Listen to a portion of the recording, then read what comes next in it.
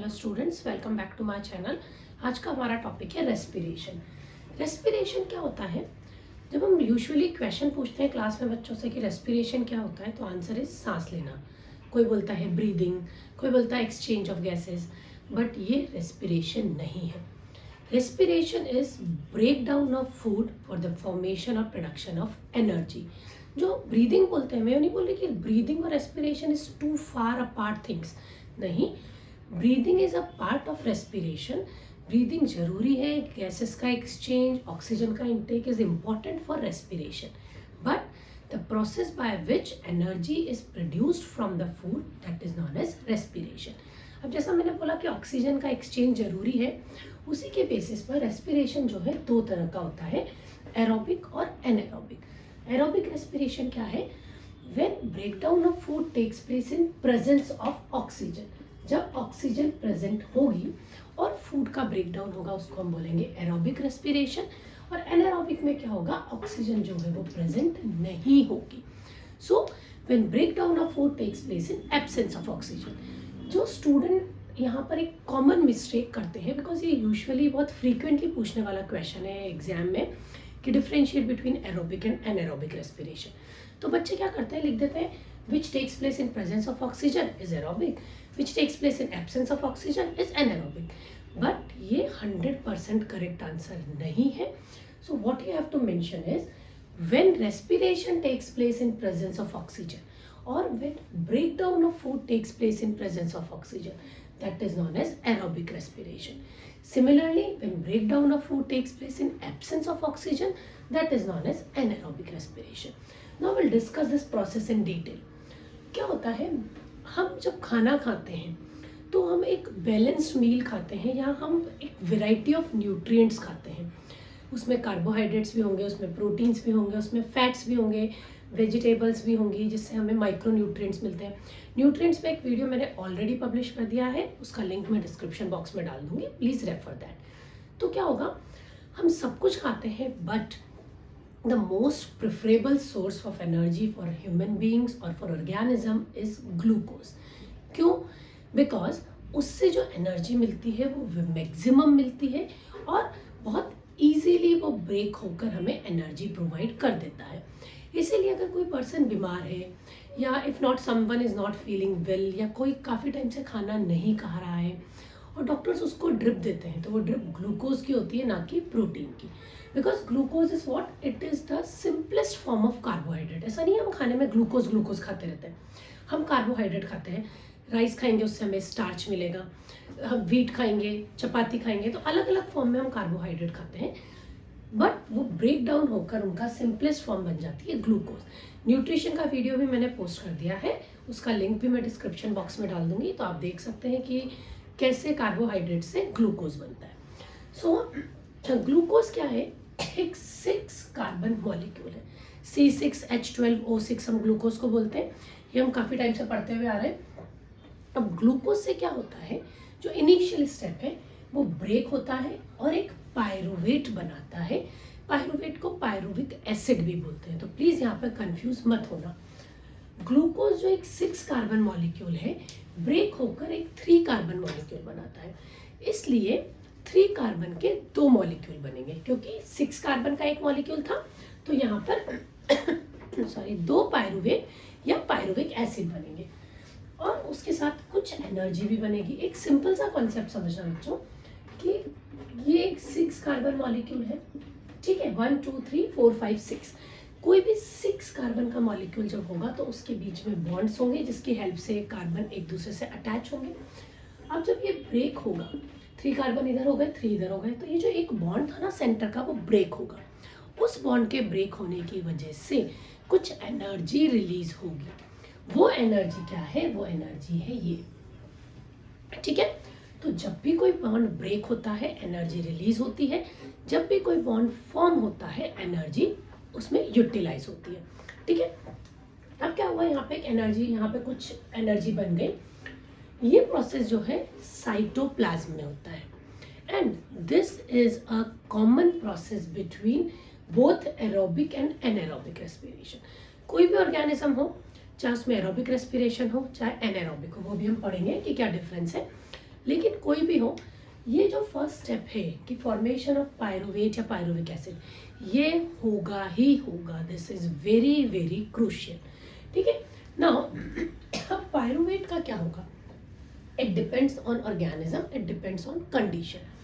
अगर completely absence है oxygen का, कि ऑक्सीजन है ही नहीं, जैसा किसमें होता है, ईस्ट में, तो क्या होगा, ये पायरुविक एसिड ब्रेक होकर बनाएगा ethanol, which is a 2 carbon molecule, उसको हम बोलते हैं C2H5OH, या हम इसको इथाइल अल्कोहल भी बोलते हैं।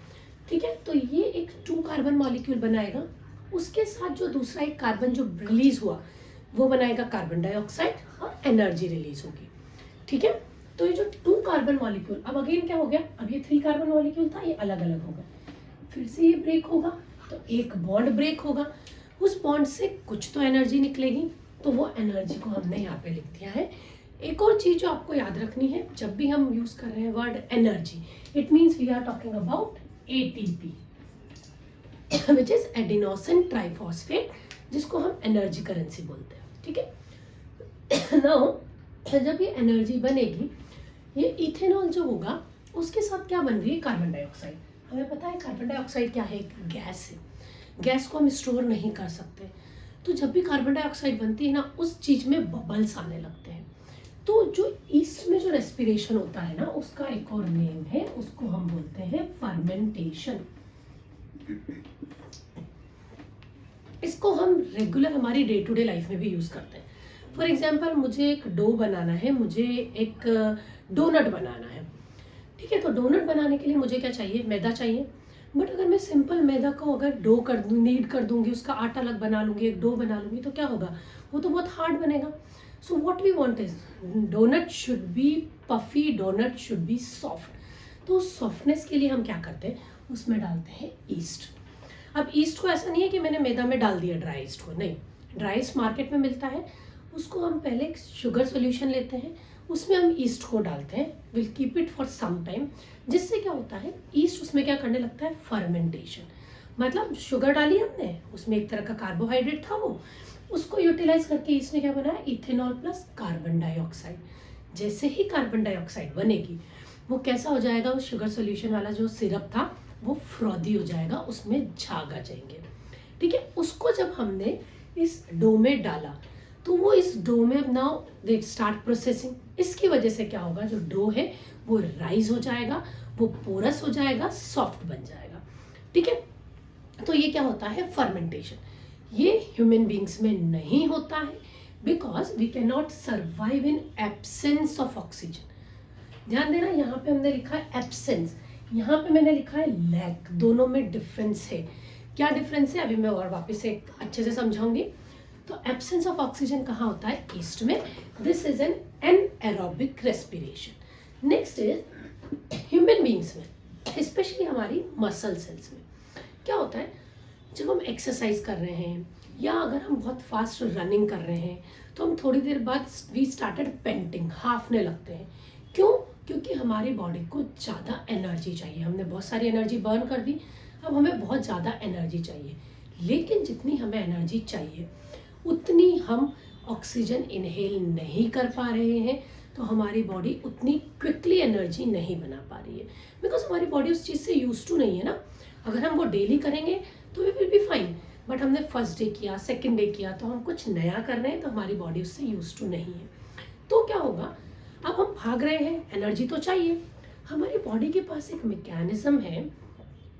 What we can do is, हमारी बॉडी जो है अपने आप को शिफ्ट कर लेती है कुछ ऐसे मोड की तरफ where we can get energy without और in absence of oxygen, not without, sorry, not absence, in lack of oxygen.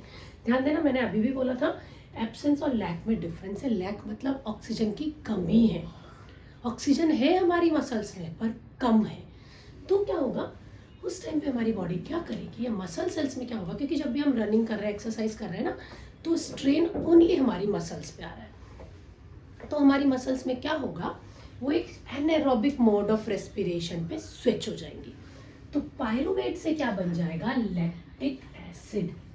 ध्यान देना बच्चों, पायरुवेट भी 3 कार्बन मॉलिक्यूल है, लैक्टिक एसिड भी 3 कार्बन मॉलिक्यूल है। तो जब 3 कार्बन से 3 कार्बन मॉलिक्यूल बनेगा ना, तो ज़्यादा बॉन्ड वगैरह ब्रेक नहीं होंगे, केवल बॉन्ड का रिप्लेसमेंट होगा, एक जगह से दूसरी जगह शिफ्टिंग होगी। इसलिए इसमें एनर्जी तो बनेगी बट बहुत कम बनेगी। लेकिन जब हमें इनफ एनर्जी नहीं मिल रही है, तो कुछ नहीं मिले तो उससे बेटर है कि कुछ तो मिले।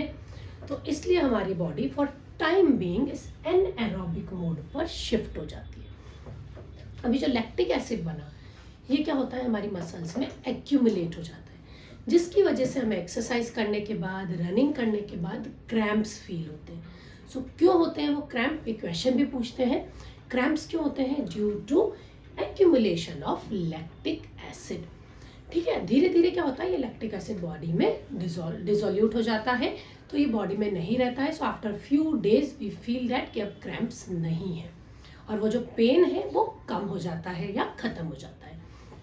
But this is only for time being. जब तक हमारी बॉडी की सेल्स को इनफ ऑक्सीजन नहीं मिल रही है, उसी टाइम पर हमारी बॉडी जो है इस एनएरोबिक मोड पर शिफ्ट होगी। फाइन, नेक्स्ट क्या होगा, जो हमारा मोस्ट यूजुअल मेथड है, जो हमारी बॉडी में यूजुअली होता है, दैट इज एरोबिक रेस्पिरेशन। वो क्या होगा, ऑक्सीजन की प्रेजेंस में होगा। ठीक है, उसमें क्या होगा, एक और चीज, ये कहाँ होता है, माइटोकॉन्ड्रिया में। इसीलिए माइटोकॉन्ड्रिया को क्या बोलते हैं, power house of the cell. ठीक है, ये हमने 9th क्लास में भी पढ़ा है और उससे पहले भी पढ़ा है कि mitochondria is called power house of the cell. क्यों बोलते हैं माइटोकॉन्ड्रिया को पावर हाउस? क्योंकि वहां पर एनर्जी की प्रोडक्शन होती है। एनर्जी क्या है, एटीपी। फाइन, अब क्या होगा, यहाँ पर कंप्लीट ब्रेकडाउन हो जाएगा। CO2 लिखा है हमने, सिंगल कार्बन मॉलिक्यूल है, तो जो 3 कार्बन का मॉलिक्यूल था ना, इसके सारे बॉन्ड ब्रेक हो गए। जब सब बॉन्ड ब्रेक हो जाएंगे तो क्या होगा, मैक्सिमम एनर्जी मिलेगी। सो क्या हो जाएगा, CO2 plus H2O plus energy. Because इस प्रोसेस में हमें मैक्सिमम एनर्जी मिलती है, हमारी बॉडी जो है यूजुअली एरोबिकली रेस्पायर करती है। फाइन, तो जो मोस्ट यूजुअल वे है ह्यूमन बींग्स में या ऑर्गेनिजम्स में रेस्पायर करने का, that is aerobic mode of respiration, जो माइटोकॉन्ड्रिया में होता है और जिससे हमें मैक्सिमम एनर्जी मिलती है। क्योंकि जो पायरुवेट था या जो ग्लूकोज था वो यहाँ पर कंप्लीट ब्रेक हो चुका है। ठीक है, so this is all about respiration. अगर आपको इस टॉपिक से रिलेटेड कोई भी डाउट है, so please drop a message in the comment box. I will surely reply to you. That's all for today. Thank you.